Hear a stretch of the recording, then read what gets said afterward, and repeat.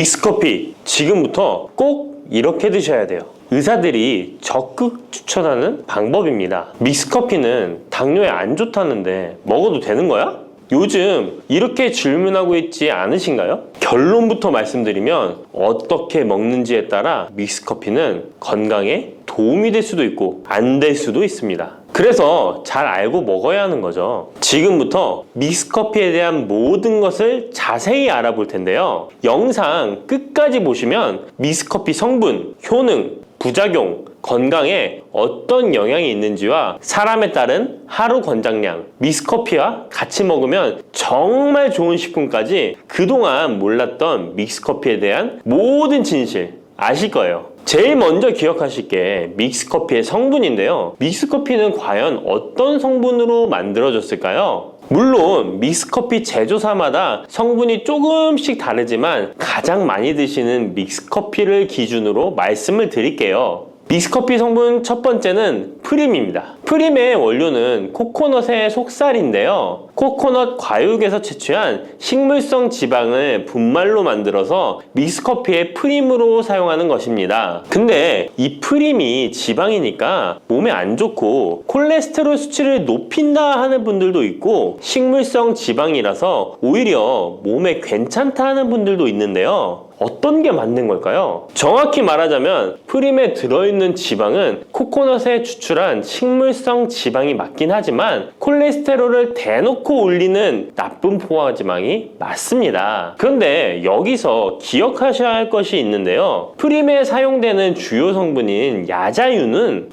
중쇄지방산으로 일반적인 포화지방산과는 조금 다릅니다. 이 중쇄지방산은 일반적으로 체내에서 빠르게 흡수되어 에너지원으로 전환됩니다. 또한 일반적인 포화지방산과는 다르게 심혈관 건강에 악영향을 미치지 않고 소화에도 도움을 줄 수 있는 지방산이에요. 또한 믹스커피 프림에 들어있는 포화지방산은 그 양이 완전히 적다는 것입니다. 요플레 하나 정도에 들어가 있는 양이라고 할 수 있죠. 요플레는 건강을 위해 드시잖아요. 결국 믹스커피에는 몸에 안 좋은 포화지방산이 들어있지만 소량이라서 콜레스테롤 수치에 영향이 하루 한 잔 정도로는 매우 크게 좌지우지할 수 없다고 할 수 있습니다. 그리고 콜레스테롤에 대한 것도 잘 아셔야 하는데요. 우리가 식사하면서 섭취하는 콜레스테롤은 약 20%를 차지하고 나머지 80% 정도는 필요한 만큼 신체에서 자연적으로 합성됩니다. 그렇기 때문에 단순히 커피 한 잔 정도를 마신다고 해서 콜레스테롤 수치가 급격히 올라가거나 건강에 이상을 끼칠 정도의 영향을 주지는 않는다는 거죠. 믹스커피 성분 두 번째는 설탕입니다. 설탕은 당 성분으로 칼로리가 높아서 당연히 몸에 안 좋은 걸로 알고 계실 거예요. 더군다나 믹스커피에 들어있는 설탕은 정제 과정을 거친 백설탕이라 일반적인 설탕보다 흡수 속도가 어마어마하게 빠릅니다. 즉 믹스커피를 마신 후 만족감을 쉽게 느끼는 것은 그만큼 흡수율이 빠르기 때문인데요. 이 당이 소화 과정을 거치지 않고 곧바로 혈액에 녹아들게 됩니다. 왜 안 좋은지 아시겠죠? 근데 여기서 반전이 있어요. 믹스커피에는 설탕이 5g 정도밖에 안 들어있다는 건데요. 쉽게 설명하자면 우유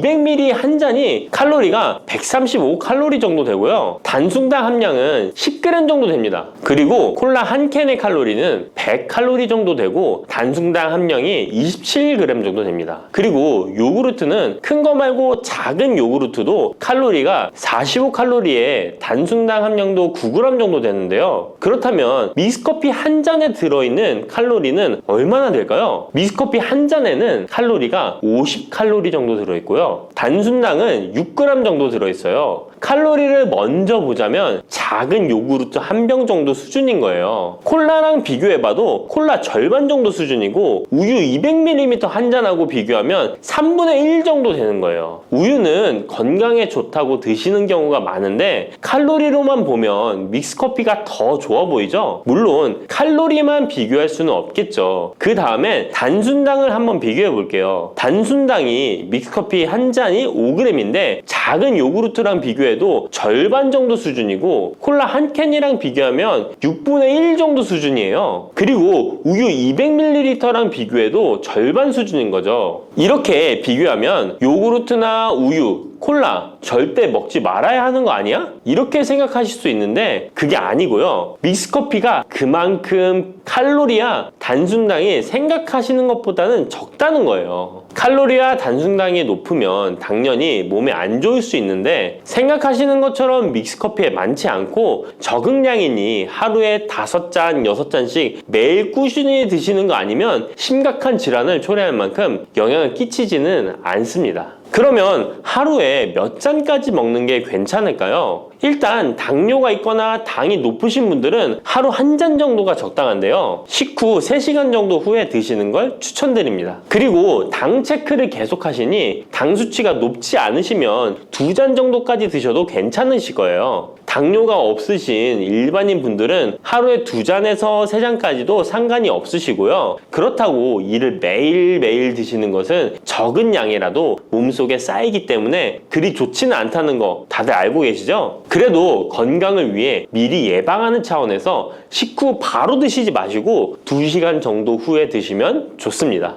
믹스커피의 성분 3번째는 커피에 들어있는 카페인입니다. 카페인에 대해 설명하기 전에 믹스커피도 일반 커피처럼 커피가 들어가 있기 때문에 커피 성분이 주는 효능이나 부작용도 나타날 수 있습니다. 먼저 커피의 효능을 보자면 커피의 효능 첫 번째, 암 예방 효과입니다. 미국 건강 매체 캔서 헬스에 따르면 ITPR3라는 물질은 대장암에서 간 전이에 기여하는 유전자의 발현을 유도해서 도미노 효과를 유발하는 물질인데 특별한 억제제는 아직 없지만 커피를 마시는 사람들에서 카페인이 이 ITPR3에 대한 억제 효과를 보인다는 것을 발표했고 카페인 섭취와 대장암 재발 및 사망률의 관계를 추적한 결과 하루 4잔 이상 커피를 마신 환자들이 전혀 마시지 않은 사람들에 비해 생존율이 현저히 향상된 것으로 규명된 바 있는 연구도 진행했었습니다. 이런 실험을 진행하면서 커피의 카페인에 대한 효능들이 지금까지 다양하게 연구되고 있는데요. 그렇다고 해서 커피를 무조건 많이 드시란 이야기는 아니고 또 믹스커피 자체가 이런 효능이 있다는 말도 아니에요. 커피에 카페인에 대한 몇 가지 실험을 이야기 드린 거고요. 그만큼 카페인에 대한 너무 부정적인 인식을 변화시켜 보시라고 말씀드리는 거예요. 커피의 효능 두 번째는 기억력 회복 효과입니다. 서울대 식품생명공학부 교수님께서 쥐의 인지 능력을 실험했는데요. 쥐를 물에 빠뜨린 뒤 안전한 장소에 도착하는 시간을 측정해 봤더니 평균 10초 정도 걸렸습니다. 그 쥐들에게 기억력을 손상시킬 수 있는 물질들을 투입하고 같은 실험을 했을 때 안전한 장소를 발견하는데 최대 40초가 걸렸습니다. 이 쥐들은 두 그룹으로 나눠 한 그룹은 하루에 3잔의 커피를, 다른 그룹은 6잔의 커피를 주입했습니다. 그 결과 하루 3잔의 커피를 준 쥐들은 20초로 빨라졌습니다. 그런데 하루 6잔을 주입한 쥐들은 거의 정상으로 돌아왔고 평균 10초 정도 걸렸습니다. 이런 결과에 따르면 커피가 기억력 회복에 확실히 도움이 되었다고 할 수 있는 실험도 있다고 간략히 소개해드리는데 참고로 이 실험에서는 일반 카페인 커피와 디카페인 커피 두 종류를 같이 실험했는데 거의 똑같은 효과를 보였습니다. 결론은 커피에 카페인이 없어도 커피에 들어있는 클로로겐산 등 각종 항산화제 성분 덕분에 기억력 회복 효과가 높아졌다는 것입니다. 정말 놀랍지 않나요? 나이가 들어가면 기억력이 안 좋아지고 인지 능력 장애가 오면서 더 나아가서는 치매가 올 수도 있는데 커피의 성분이 이런 질병을 예방할 수 있다니 너무 커피를 부정적인 시각으로 보시지 않아야겠죠? 그렇다고 남용하면 안 되시고 모든 사람에게서 동일한 실험 효과가 나타나는 것이 아니니 자신의 상태를 잘 알고 드셔야겠죠? 다만 카페인에 예민하신 분들은 믹스커피나 일반 카페인 커피를 드시면 잠을 잘 못 주무실 수도 있으니까 디카페인 커피를 추천드립니다. 그리고 역류성 식도염, 위염 같은 위장 질환이 있으신데 커피는 드시고 싶은 분들은 될 수 있으면 디카페인 커피를 드시면 되겠죠? 커피의 효능 세 번째는 혈당 조절 효과입니다. 전 세계적으로 대사증후군을 앓고 있는 사람이 10억 명이 훨씬 넘는다고 하는데요. 이처럼 많은 사람들이 모든 질병의 근원이라고 불리는 대사증후군을 가지고 있습니다. 최근의 연구들은 커피가 대사증후군의 발병 위험을 감소시킨다는 것을 보여주고 대사증후군의 발병 위험률을 감소시킨다는 것을 보여주고 있는데요. 커피에 대한 매우 흥미로운 연구 논문을 소개하겠습니다. 이 연구는 하루에 5잔의 카페인을 마신 사람들과 카페인이 없는 커피를 마신 사람들을 비교했습니다. 카페인 커피를 마시는 사람과 카페인 없는 커피를 마시는 사람은 커피를 마시지 않는 사람에 비해 당 섭취 2시간 후 혈당이 13.1%나 크게 떨어졌습니다. 이 외에도 카페인의 혈당에 관계된 실험들도 많이 존재하는데요. 카페인도 적절한 용량, 그렇다고 음료에 들어가 있는 합성 카페인을 말씀드리는 건 아닙니다. 적절히 섭취하면 큰 부작용 없이 드실 수 있다는 것을 말씀드리는 거예요. 커피 효능, 네 번째는 다이어트 효과입니다. 다이어트라는 사람들이 운동하기 전에 커피를 마시고 나서 운동을 한다면 카페인이 신진대사를 빠르게 함으로써 운동 효과를 증진시키기 때문에 체중 감량에 도움을 줄 수 있습니다. 뿐만 아니라 커피에는 카페인 성분이 포함되어 있는데요. 당연하게도 믹스커피에 포함된 커피에도 카페인이 포함되어 있고요. 이런 카페인은 적절한 용량을 섭취한다면 신체적 피로 해소와 소화 기능 개선과 같은 효능을 누릴 수 있습니다. 오전에 커피 한 잔을 마시면 화장실에 가고 싶어지는 것도 커피에 카페인 성분이 장 운동을 활발하게 해주는데 영향을 주기 때문입니다. 카페인 성분이 장 운동을 활발하게 해주는데 영향을 주기 때문입니다. 물론 이뇨작용도 활발히 해줘서 소변도 조금 더 많이 보게 되긴 합니다. 다시 돌아가서 믹스커피에 들어있는 세 번째 성분 카페인에 대해 알아볼게요. 믹스커피에 포함된 카페인 용량은 제품마다 차이가 있을 수 있어요. 하지만 평균적으로 60mg 가량의 카페인이 한 잔 용량의 믹스커피에 포함되어 있는데요. 이는 일반적인 아메리카노 대비 3분의 1 수준에 해당하는 수치입니다. 결과적으로 믹스커피의 카페인은 일반 아메리카노보다도 훨씬 적게 들어있는 거죠. 그렇다면 식약처에서 권고하는 카페인 1일 최대 섭취량은 얼마나 될까요? 일반 성인의 경우 카페인 최대 섭취량은 400mg 정도이고요. 어린이나 청소년은 체중 1kg당 2.5mg 이하, 임산부는 200mg 정도입니다. 그러나 임산부의 경우에는 카페인이 태아에 미치는 영향이 조금이라도 있으니 안 드시는 게 좋겠죠? 콜라 한 캔에 카페인이 보통 35mg 정도 들어있으니 믹스커피가 카페인 함량도 크지 않다는 걸 알 수 있습니다. 여기서 잠깐! 그렇다면 믹스커피와 같이 먹었을 때 효과를 극대화시킬 수 있는 식품이 있을까요? 커피와 같이 먹으면 좋은 음식, 첫 번째는 강황입니다. 노란 빛깔의 강황가루를 넣은 커피를 골든 라떼라고도 부르고 있습니다. 강황이 몸에 좋다는 사실이 알려지면서 이미 미국과 유럽 등 전 세계적으로 엄청난 인기를 끌고 있는 새로운 종류의 커피 중 하나인데요. 강황에 함유된 커큐민 성분에는 강력한 항염 효과를 지니고 있어서 체내의 염증 유발 물질을 억제하며 암세포가 발생하고 증식되는 위험을 낮춰줍니다. 또한 우울증을 완화하는 데도 도움이 되며 기억력을 개선하고 치매를 예방하는 등의 다양한 효능을 가지고 있습니다. 강황 커피는 커피 한 컵에 강황 한 티스푼을 넣어 마시면 좋은데요. 강황 속의 커큐민은 우리 몸에 굉장히 흡수되기 어려운 성질을 가지고 있습니다. 그래서 세계적으로 유명한 원료 기업들은 각 기업마다의 커큐민 흡수율을 높인 특허 원료를 만들어내곤 하는데 간단하게 흡수율을 높일 수 있는 방법이 있습니다. 바로 후추입니다. 미국 텍사스 주립대학에서 실시한 연구 결과 강황의 커큐민은 후추의 페페린과 만나면 흡수율이 2000%까지 높아지는 것으로 나타났습니다. 강황 커피에 후추를 아주 살짝 넣어 드시면 건강 개선 효능을 높일 수 있으며 만약 향이 강하다고 느껴지신다면 우유를 조금만 넣어 드셔도 아주 좋습니다. 믹스커피와 같이 먹으면 좋은 음식 두 번째는 계피입니다. 커피에 계피를 넣으면 아주 향긋한 커피를 즐길 수 있어요. 후추와 정향에 이어 세계 3대 향신료 중 하나인 계피는 이미 수천 년 동안 약재로 사용되어 왔으며 여러 연구를 통해 계피의 다양한 효능이 입증되어 왔습니다.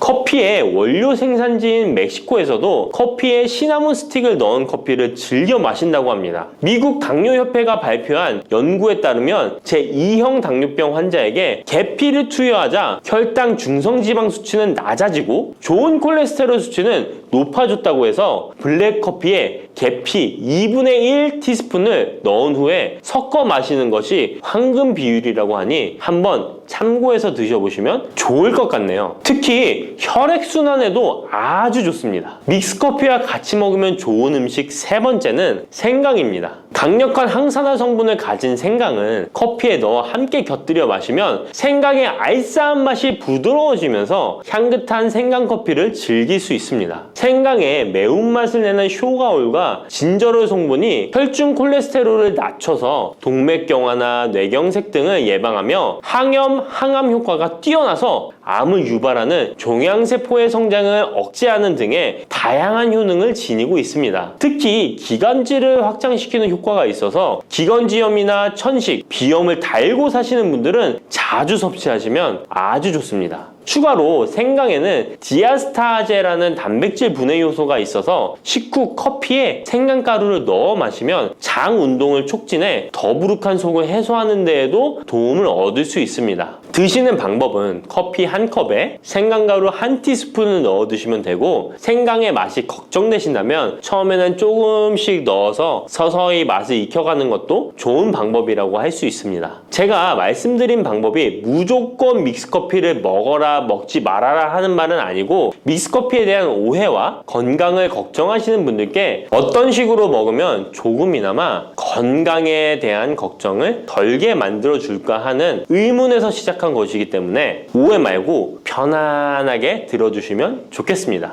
여름하면 생각나는 과일이 있죠. 바로 수박입니다. 더울 때 갈증과 더위를 씻어주는 수박도 함께 드시면 독이 되는 음식이 있다는 사실 알고 계셨나요? 당뇨 있는 분들은 특히 수박을 꺼려 하시는데요. 수박을 드실 때 올바로 알고 드시면 건강하신 분들 뿐만 아니라 당뇨가 있는 분들에게도 보약이 될 수 있답니다. 그리고 수박 껍질 버리기가 참 귀찮으시죠? 수박 껍질을 활용하는 방법도 있으니까 기대해 주세요. 지금부터 수박과 상극의 음식들과 주의할 점, 함께 먹으면 보약이 되는 음식, 그리고 수박의 효능까지 모든 것 알려드릴게요. 수박과 함께 먹으면 안 되는 음식은 도대체 어떤 것일까요? 먼저 수박을 드실 때 바나나는 절대 드시면 안 됩니다. 수분 보충에 최고인 수박과 에너지 충전과 다이어트에 좋은 바나나는 함께 드시면 좋지 않습니다. 그 이유는 칼륨 때문입니다. 칼륨은 우리 몸에 정말 중요한 무기질입니다. 칼륨이 부족하면 피로감이 올려들고 기운이 빠져 무기력해지는 상태가 될 수 있습니다. 그런데 칼륨이 보충이 되면 우리 몸에 에너지를 공급하여 활력을 주게 됩니다. 또한 칼륨은 우리 몸속에 나트륨을 몸 밖으로 배출시켜 혈압을 안정적으로 유지시켜 주기도 합니다. 따라서 고혈압과 고지혈증, 심장병, 동맥경화 같은 심혈관 질환 예방을 위해서는 칼륨이 꼭 필요합니다. 하지만 이렇게 좋은 칼륨도 신장이 좋지 않은 분들에게는 크게 무리를 줄 수 있습니다.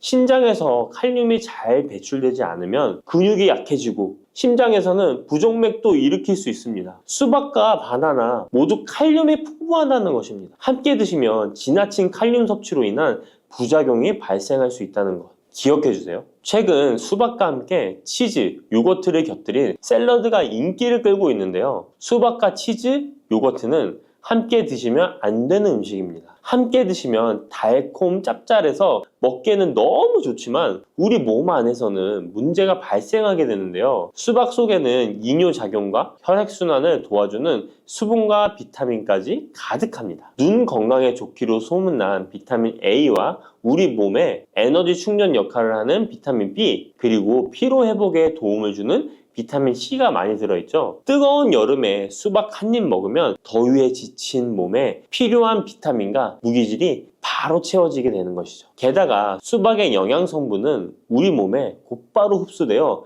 기력이 금방 회복될 수 있는 것입니다. 그런데 이때 요거트, 치즈와 함께 드시면 수박과 정반대의 작용을 하게 됩니다. 수박의 가득한 수분은 혈관을 타고 우리 몸에 비타민을 채워주고 반대로 혈관 속 찌꺼기와 노폐물을 몸 밖으로 빠르게 배출시켜주는 역할을 하지만 치즈와 요거트의 단백질과 지방은 느리게 소화되기 때문에 소화의 속도가 크게 차이가 나게 되는 거죠. 치즈의 요거트는 느리게, 수박은 빠르게 반응하게 되어 복부 팽만감과 소화불량을 일으킬 수 있습니다. 그리고 튀김 같은 기름 범벅인 음식도 수박과 함께 드시면 안 됩니다. 수박은 자체가 매우 차가운 성질을 가지고 있습니다. 무더위에 지친 우리 몸속의 열을 뚝 떨어뜨려주는 역할을 할 수 있는 것이죠. 그런데 기름기 가득한 튀김과 함께 드시면 어떤 일이 일어날까요? 위장 속에서 기름이 딱딱하게 굳어 소화에 굉장히 오랜 시간이 걸리게 됩니다. 더 심각한 것은 수박의 대부분을 차지하는 수분이 위액을 묽게 희석하여 소화를 더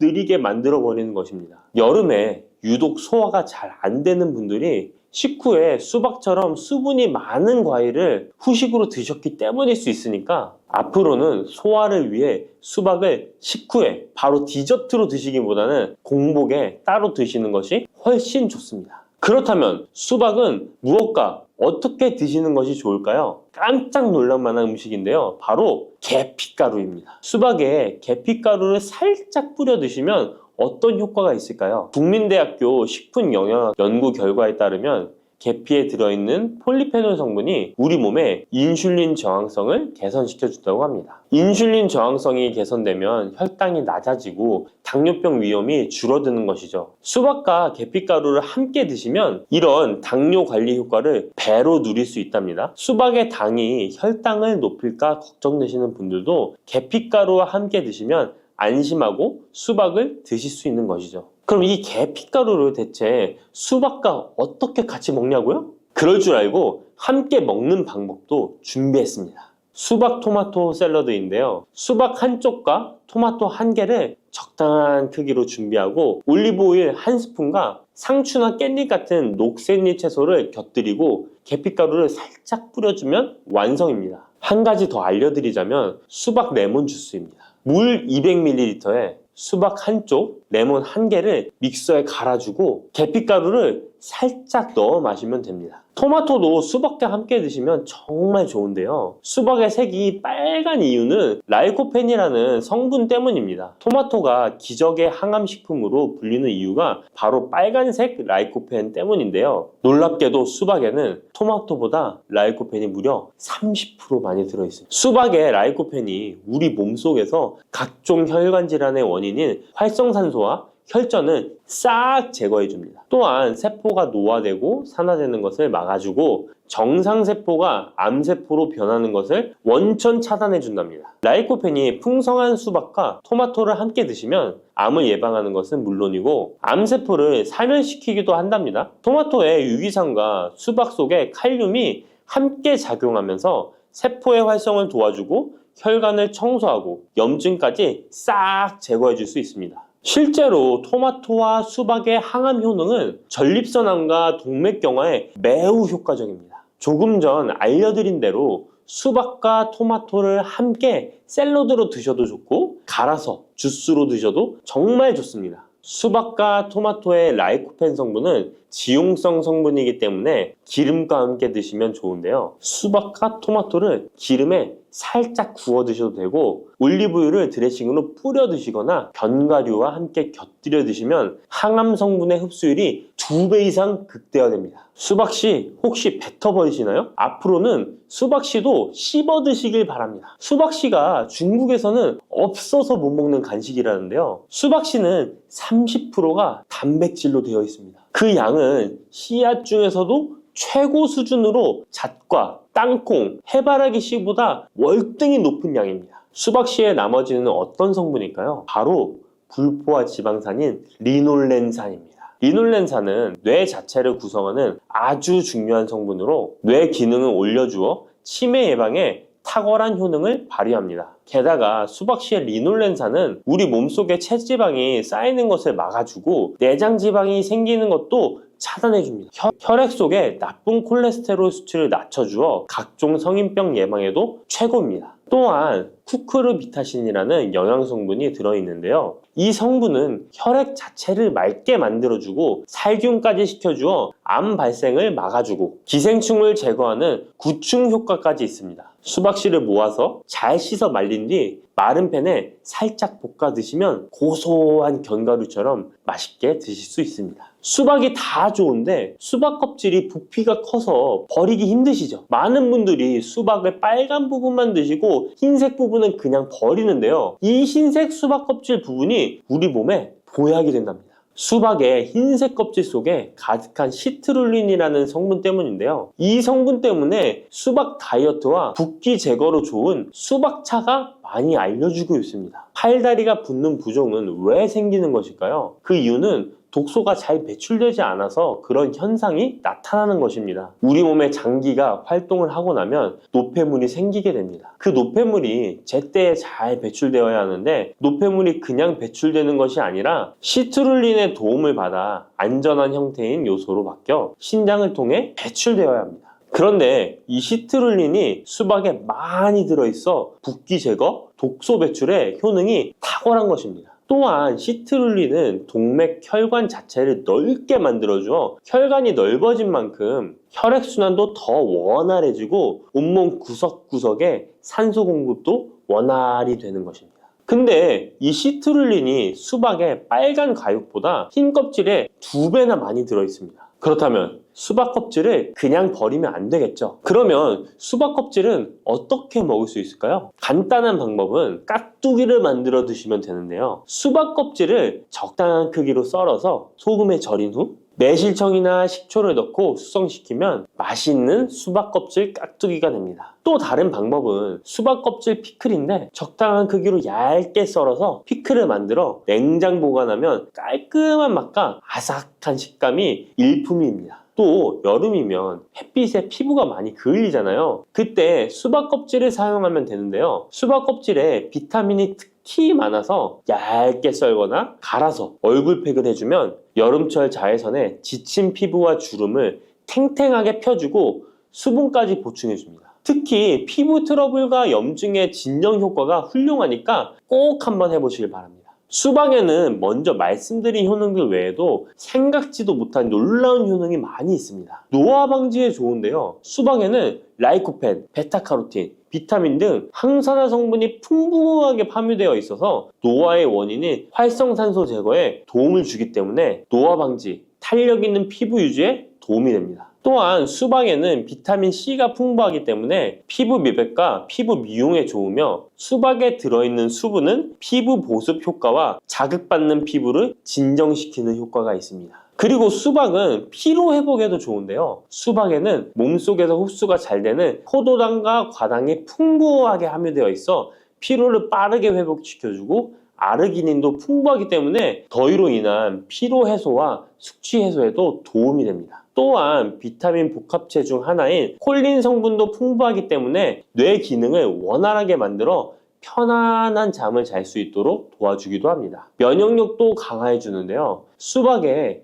라이코펜 성분이 면역 체계를 교란하는 활성산소를 제거해 주어 감기, 감 등 호흡기 질환 예방에도 효과적입니다. 이 밖에도 수박은 칼로리가 낮고 수분과 식이섬유가 풍부해서 포만감을 높여주어 다이어트에도 좋으며 지방 분해 및 근육을 강화시키는 데도 탁월합니다. 특히 근육통 완화에도 효과적인데요. 수박에 들어있는 칼륨과 시트룰린 성분은 근육을 이완시키는 작용을 하기 때문에 고강도 운동이나 과로로 인한 근육 통증을 완화하는 데 도움을 줄 수 있습니다. 농업식품화학지식저널에 따르면 수박 주스를 하루에 약 473ml 마신 선수들은 근육통이 덜 발생하고 심장막동수도 낮은 것으로 확인되었다고 발표하기도 했습니다.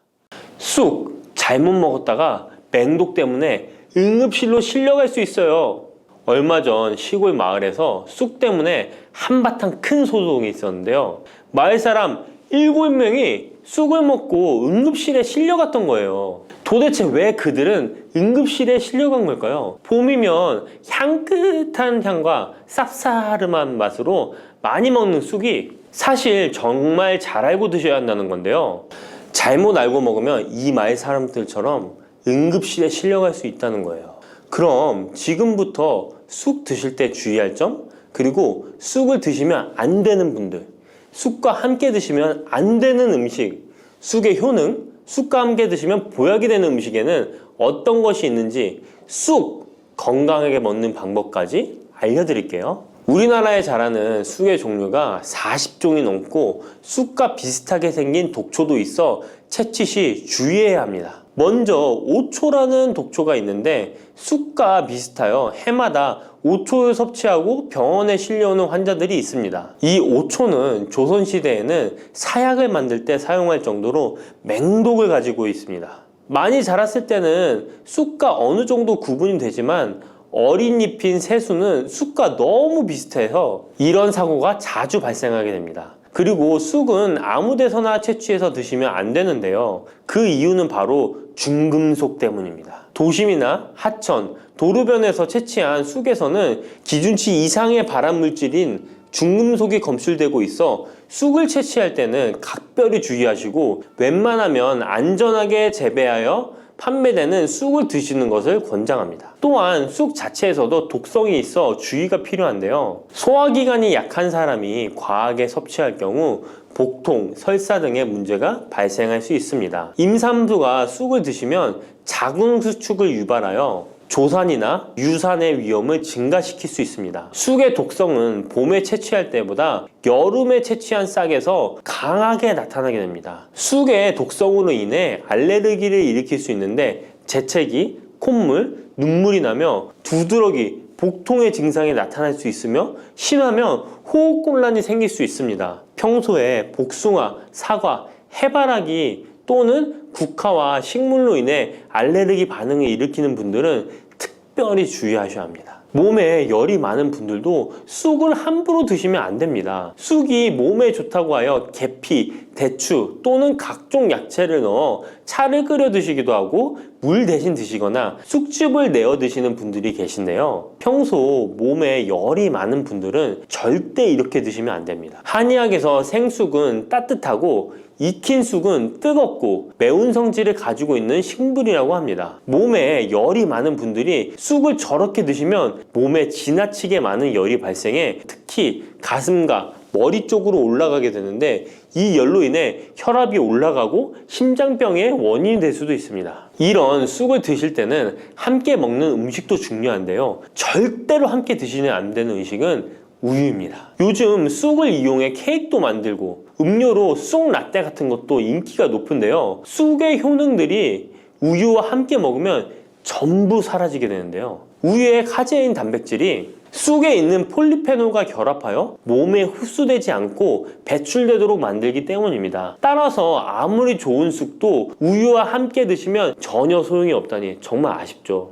이때 한 가지 방법이 있습니다. 우유 대신 아몬드유나 오트밀 같은 대체유를 사용하시면 이런 문제는 바로 해결이 가능해요. 그렇다면 쑥은 이렇게 주의할 점만 있을까요? 당연히 쑥에는 우리 몸에 좋은 효능들이 많은데요. 쑥의 효능 4가지 바로 알아볼게요. 첫 번째, 쑥의 효능은 염증 제거에 탁월한 효능을 발휘합니다. 쑥은 예로부터 약초로 많이 사용되어 왔고 현대 한의학에서도 쑥은 약재로 많이 사용하고 있습니다. 특히 쑥은 민간요법으로 상처에 붙여 감염을 방지하거나 혈관 내의 염증을 제거하는 데 사용되었는데요. 이러한 쑥의 사용법은 과학적으로도 올바른 방법으로 인정되고 있습니다. 이러한 항염증 효능은 쑥에 함유된 타닌 성분 때문인데요. 타닌은 몸속에 유해물질을 배출하는 데 도움을 주며 쑥 특유의 떫은 맛을 내는 역할도 하지만 항염, 항알러지 작용으로 아토피와 같은 알러지 체질을 개선하는 데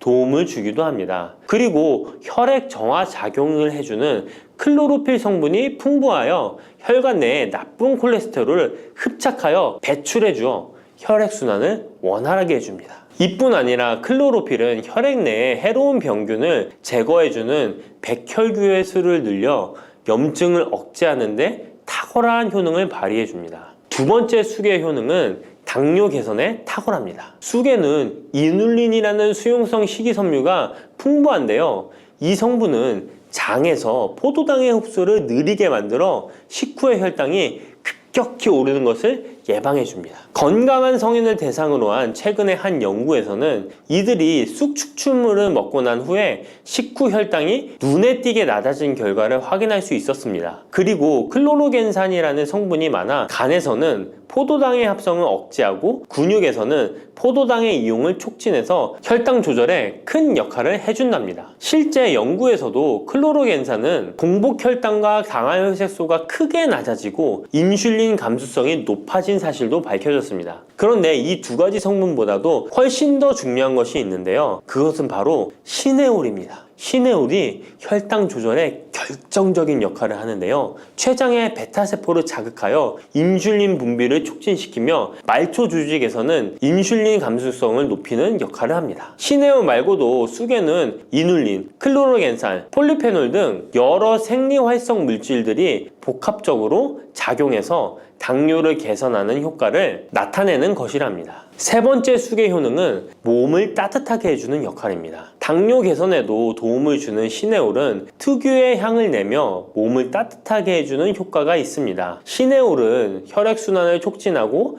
면역력을 강화하는 데 도움을 주는데요. 특히 손발이 찬 수족냉증을 개선하는 데 효과적이며 신진대사를 원활하게 해주어 생리통, 생리불순 등의 여성 질환을 완화시키는 데 큰 역할을 해줍니다. 쑥의 따뜻한 성질이 혈액순환을 촉진시키고 자궁의 기능을 강화해주기 때문이랍니다. 네 번째 쑥의 효능은 장을 건강하게 하여 변비를 예방하고 소화불량을 해결하는 데 도움을 주는 것입니다. 쑥에는 시금치보다 무려 3배나 많은 식이섬유를 가지고 있어 장 운동을 촉진하고 변비 및宿便 제거에 탁월합니다. 또한 시네올은 위장 점막의 염증을 완화하고 위장 내 유해균을 제거하여 소화장애를 예방하는 데 도움을 줍니다. 그리고 쑥에 함유된 비타민 A는 장내의 점막을 보호하여 장 건강을 유지하는 데 도움을 주며 항산화 작용에 뛰어난 비타민 C는 장내 유해균을 제거해 주어 장내 환경을 건강하게 해줍니다.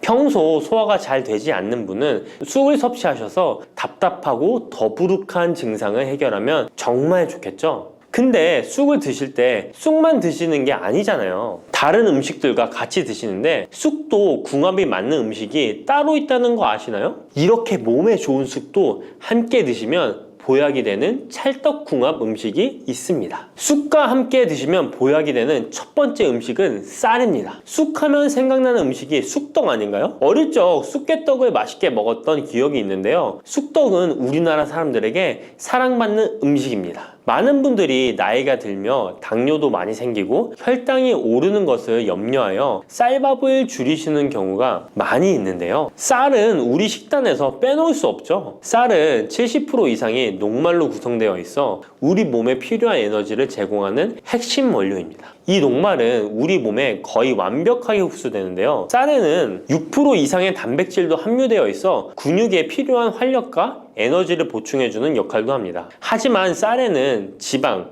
식이섬유, 미네랄, 비타민이 다소 부족하다는 단점이 있는데 쑥과 함께 드시면 이런 문제는 바로 해결됩니다. 쑥은 칼슘이 풍부하여 뼈를 튼튼하게 할 뿐만 아니라 많은 비타민을 갖고 있어 쌀의 부족함을 채워줍니다. 두 번째, 쑥과 함께 드시면 보약이 되는 음식은 브로콜리입니다. 쑥과 브로콜리를 함께 드시면 염증과 항암에 놀라운 효능을 갖게 되는데요. 브로콜리는 건강에 좋은 채소라는 사실은 이미 잘 알고 계실 거예요. 그런데 쑥과 함께 드시면 그 효과는 폭발적으로 향상되는데요. 우선 철분의 흡수율이 2배 이상 높아집니다. 특히 철분이 부족한 산모뿐만 아니라 모든 연령대의 여성들에게 좋은 식품이 됩니다. 그리고 서로의 무기질과 비타민의 구성이 좋아 염증 해소에 정말 대단한 시너지 효과를 발휘하게 되는데요. 혈액이 산성화되어 염증이 생기는 것을 원천 차단해주고 세균에 대한 저항력도 길러주어 최고의 항암식품이 된답니다. 쑥과 브로콜리의 식이섬유가 함께 작용하면 놀라운 효능을 발휘합니다. 쑥에는 아테미신산이라는 식이섬유가 풍부한데 이 성분이 간에서 중성지방의 제사를 원활하게 하는데 도움을 줍니다. 이렇게 되면 지방간도 해결되며 몸에 지방이 저장되는 것을 막아주어 다이어트와 붓기 제거, 특히 뱃살 제거에 탁월합니다. 세 번째, 쑥과 함께 드시면 보약이 되는 음식은 계란입니다. 쑥과 함께 계란을 드시면 나이가 들면 많이 생기는 신경통과 손발 저림 증상을 해결할 수 있습니다. 특별히 여성들에게 도움이 많이 되는데요. 쑥의 따뜻한 성질로 인해 혈액순환이 잘 되고 몸의 붓기와 독소를 제거해주는 효과가 좋아 신경통, 저림 같은 증상을 진정시키는데 놀라운 효능을 발휘하는 것입니다. 계란의 단백질과 쑥이 만나 근육을 단단하게 만들어줍니다. 계란에는 단백질과 항산화 성분이 풍부하지만 비타민 C가 부족한데 쑥에 많은 비타민 C가 있어 계란의 부족한 부분을 채워줍니다. 쑥의 칼륨과 미네랄은 혈액 속에서 세포의 균형을 지켜주고 폐를 정화하여 폐 질환도 완화시켜줍니다. 또한 골다공증과 같은 뼈 질환을 예방해주기도 합니다. 그리고 쑥과 계란을 함께 드시면 뇌 건강에도 좋은데요. 계란의 콜린과 쑥의 비타민이 함께 기억력과 인지 능력을 향상시켜주고 뇌세포를 보호하여 치매를 예방해줍니다. 네 번째, 쑥과 함께 드시면 보약이 되는 음식은 콩나물입니다. 콩나물과 쑥은 식이섬유와 필수 아미노산이 풍부하여 소화 기능을 강화시키는데 탁월한 시너지를 발휘합니다. 콩나물에는 다양한 비타민과 미네랄이 풍부하여 자연적인 비타민 보충제 역할을 합니다. 콩나물에는 지방이 적지만 이를 쑥과 함께 섭취함으로써 체내의 염증을 줄이고 면역력 강화에 필요한 비타민 C와 비타민 E를 보충할 수 있습니다. 쑥과 콩나물을 함께 드시면 피부 건강에도 매우 유익합니다. 콩나물이 함유된 실리카와 쑥의 비타민이 함께 작용하여 피부 탄력과 보습을 개선할 뿐만 아니라 노화를 예방하니 정말 좋은 궁합인데요. 쑥과 함께 먹으면 좋은 음식은 이렇게 많은데요. 그렇다면 쑥은 어떻게 먹어야 건강하고 맛있게 먹을 수 있을까요? 쑥떡 같은 음식은 이미 잘 알고 계시죠? 쑥을 잘 세척하여 말린 다음에 가루로 만들어 두시면 여러 요리에 사용하기 편리하고 오랫동안 보관하기에도 좋아요. 요거트에 쑥가루를 섞어 드시면 혈당 관리와 더불어 장 건강에도 도움이 됩니다. 밥 지을 때 잡곡과 함께 쑥을 넣어도 좋고 쑥 부침개, 쑥 전병 등을 만들어 드셔도 맛과 향이 좋습니다. 계란물에 쑥가루를 넣어 계란말이를 해 드셔도 되고 계란찜이나 계란국에 쑥을 넣어 드셔도 됩니다. 계란찜이나 계란말이를 만들 때 브로콜리까지 넣어 드시면 건강에 더욱 좋은 음식이 된답니다. 따뜻한 생강차 한 모금이 생각이 많이 나는데요.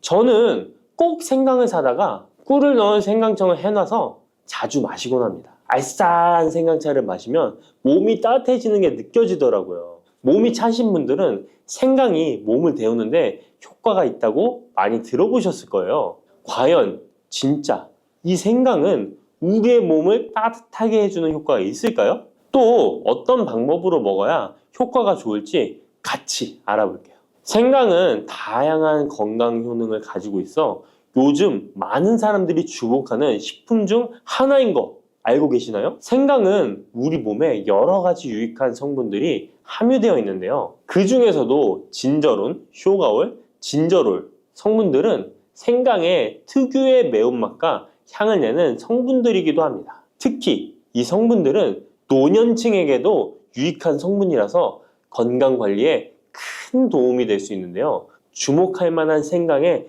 대표적인 성분 3가지 바로 소개해 드릴게요. 생강의 첫 번째 성분은 진저론입니다. 진저론은 생강에서 가장 대표적인 활성 성분으로 생강의 매운맛과 특유의 향을 담당하고 있는데요. 진저론은 항산화 효능이 뛰어나며 세포 손상을 막아주고 노화를 예방하는 데 도움이 됩니다. 또한 진저론은 소염 작용을 가지고 있어 염증을 줄이고 통증 완화에도 효과가 있는데요. 류머티즘 관절염, 근육통, 기타 염증성 질환에 이 성분이 도움을 줄 수 있고 면역력을 증강시키는데 중요한 역할을 해서 특히 면역력이 약해질 수 있는 노년분들에게 매우 유익한 성분입니다. 생강의 두 번째 대표 성분은 쇼가올입니다. 쇼가올은 생강을 건조하거나 가열했을 때 생기는 물질인데요. 이 성분은 항암 효과가 있다고 알려져 있어 암 예방에 효과가 있습니다. 쇼가올은 진저론보다 강력한 항염증 작용을 하는데요. 이 성분은 염증을 유발하는 물질인 프로스타글란딘의 생성을 억제하는데 매우 효과적인 것으로 밝혀졌습니다.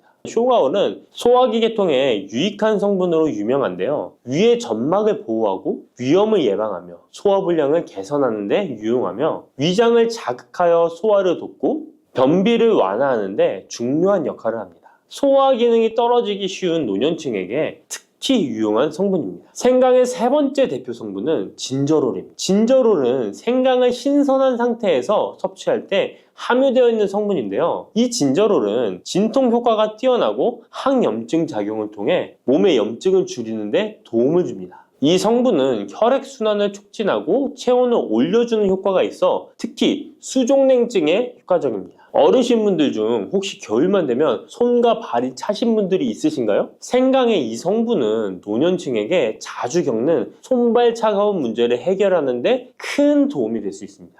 또한 항균과 항바이러스 성질을 가지고 있어 감염 예방에 도움을 받을 수 있으므로 호흡기 질환을 예방하고 증상을 완화하는 데 효과적인 성분입니다. 혹시 중국의 성인 공자를 아시나요? 누구든지 한 번쯤은 들어보셨을 텐데요. 공자는 살아생전에 먹는 음식도 매우 철저하게 관리했다는데요. 공자가 매 식사마다 생강을 빼놓지 않고 먹었다는 것 알고 계셨나요? 공자는 생강이 얼마나 몸에 좋은지 그 옛날부터 알고 있었던 것이죠. 공자는 73세에 생을 마감했는데 그 옛날 평균 수명을 생각하면 어마어마하게 장수를 했던 것이죠.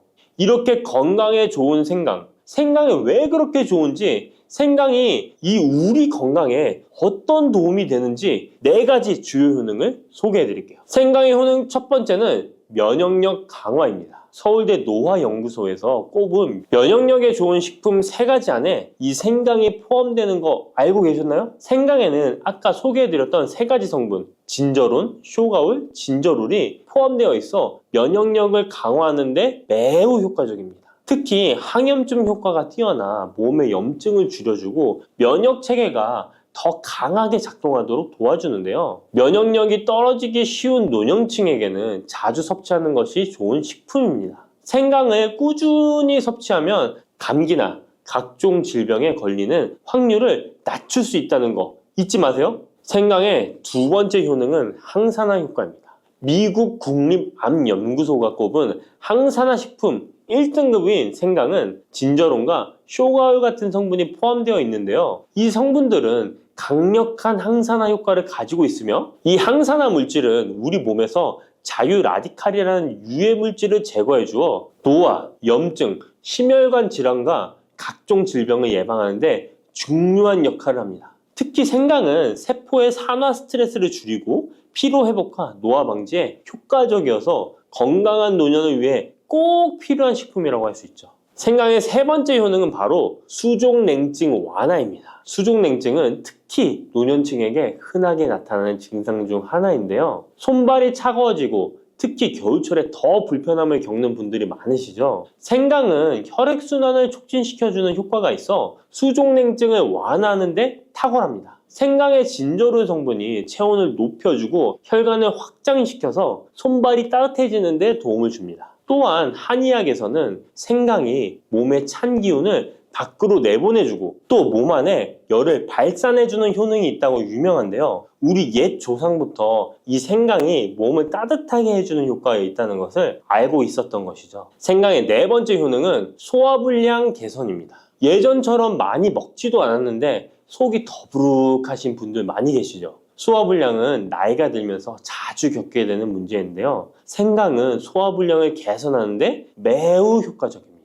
생강에 포함된 쇼가울 성분은 위장의 운동을 촉진시키고 위염을 예방하는 데 도움이 되는데요. 또한 메스꺼움이나 구토 증상을 완화시켜주기 때문에 특히 소화기 계통에 문제가 있는 분들에게 좋습니다. 그런데 이렇게 좋은 생강 그냥 차로만 드시고 계시는 분 많으시죠? 각 방법은 그에 맞는 효능을 더욱 잘 발휘할 수 있기 때문에 여러 방법으로 생강을 활용하는 것이 좋습니다. 차로 드시는 것 말고도 여러 가지 섭취하는 방법에 대해 자세히 알려드릴게요. 첫 번째 방법은 가장 간단한 방법으로 생으로 먹는 것입니다. 생강을 얇게 썰어서 샐러드나 요리에 넣어 먹을 수 있는데요. 생으로 먹을 경우 생강의 모든 효능을 그대로 섭취할 수 있으며 항산화와 항염 효과를 가장 잘 느낄 수 있습니다. 물론 그 특유의 매운맛이 강하기 때문에 매운맛을 좋아하지 않는 분들은 식초에 절여주시거나 물에 조금 담가 매운기를 확 빼고 드시거나 생으로 조금 먹는 것이 좋습니다. 두 번째 방법은 생강을 말려서 먹는 방법입니다.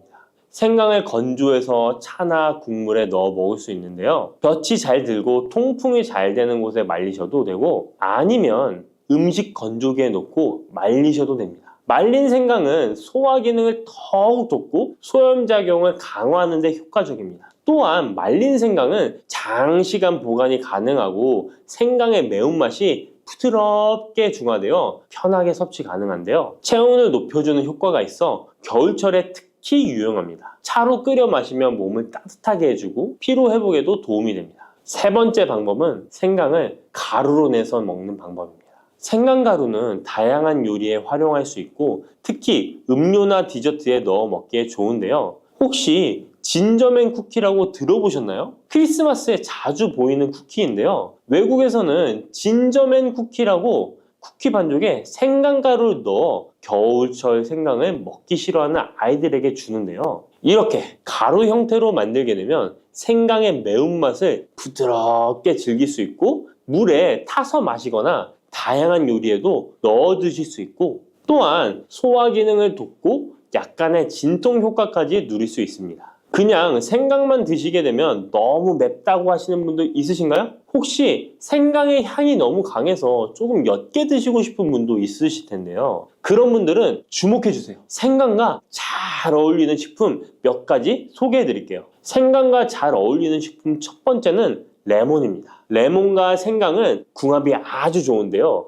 레몬은 비타민C가 풍부해서 면역력 강화에 도움을 주고 생강은 항산화 작용을 하는데요. 두 가지를 함께 섭취하면 서로 효과가 극대화돼서 특히 감기 예방에 탁월합니다. 또한 레몬은 소화 촉진에 도움을 주며 생강도 소화불량 개선에 뛰어난 효능이 있는데요. 이 둘을 함께 드시면 소화 기능이 개선되고 면역력 강화와 항산화 효과까지 배가 된다는 것 잊지 마세요. 생강과 레몬은 레몬 생강차나 레몬과 생강을 함께 넣은 샐러드로 드시는 것을 추천드립니다. 생강과 궁합이 좋은 식품 두 번째는 강황입니다. 강황은 생강과 함께 먹으면 항염증, 항암, 면역력 증진 효과가 매우 강력해지는데요. 강황의 주성분인 커큐민은 항염증과 항산화 작용이 뛰어나 생강의 진저론, 쇼가올, 진저롤과 함께 염증을 줄이고 세포 보호 효과를 극대화할 수 있습니다. 또한 강황은 면역력을 강화하는 데도 중요한 역할을 하는데요. 생강과 강황은 두 가지 모두 소염작용이 뛰어나기 때문에 관절염이나 염증성 질환을 앓고 있는 사람들에게 매우 뛰어난 작용을 합니다. 강황 생강차는 특히 겨울철에 체온을 올려주는 효과가 있어 겨울철 몸이 차신 분들, 수족냉증이 있으신 분들에게 추천드립니다. 생강과 같이 먹으면 좋은 식품 세 번째는 꿀입니다. 겨울철 꿀에 생강을 담가 차로 드시는 분들 많으시죠? 꿀은 생강과 함께 섭취하면 그 효능이 배가 되는데요. 꿀은 항균과 진정 효과가 있어 생강의 자극적인 맛을 부드럽게 해줄 뿐만 아니라 또한 꿀은 피로 회복해주고 생강과 함께 먹으면 소화불량 개선에도 도움이 됩니다. 꿀 생강차는 속을 따뜻하게 해주고 위와 목을 따뜻하게 해주어 감기 증상이나 기침 완화에도 좋은 음료입니다. 이렇게 건강에 좋은 생강, 몸에 좋다고 많이 드셔도 될까요? 모든 식품은 과, 유, 불, 급인데요. 생강도 마찬가지로 적절히 섭취해야 효과가 있습니다. 또한 잘못 먹으면 몸에 해가 되는 부작용이 있을 수 있기 때문에 몇 가지 유의사항을 알아두는 것이 중요한데요. 바로 알려드릴게요. 생강을 저장할 때 대충 비닐에 보관하셨다가 곰팡이 피신 분들 있으시죠? 생강은 곰팡이가 생기지 않도록 주의해야 하는데요. 생강은 수분 함량이 많아 습기에 민감하고 곰팡이가 쉽게 생길 수 있습니다. 이때 곰팡이가 생긴 생강은 섭취하지 않도록 하세요. 생강에 핀 곰팡이는 미코톡신이라는 독소를 생성하는데요. 일부 미코톡신은 인체에 매우 유독해 간과 신장, 면역체계에 심각한 손상을 줄 수 있습니다. 생강의 일부분만 곰팡이가 생겨도 이 독이 생강 전체에 퍼질 수 있어 곰팡이 핀 생강은 아깝더라도 전체 다 버리셔야 한다는 거 잊지 마세요. 곰팡이가 피지 않도록 생강을 보관할 때는 통풍이 잘 잘 되는 곳에 보관하고 습기가 많은 곳은 피하는 것이 좋습니다. 생강은 많은 효능을 가지고 있지만 과다 섭취할 경우 부작용이 있을 수 있는데요. 너무 많이 지나치게 먹으면 속이 쓰리거나 위염이나 위장장애를 일으킬 수 있습니다. 하루에 2에서 3g 정도로 섭취하는 것이 적당하며 위장에 민감한 분들은 조금 더 적은 양을 섭취하는 것이 좋다는 것 기억하세요.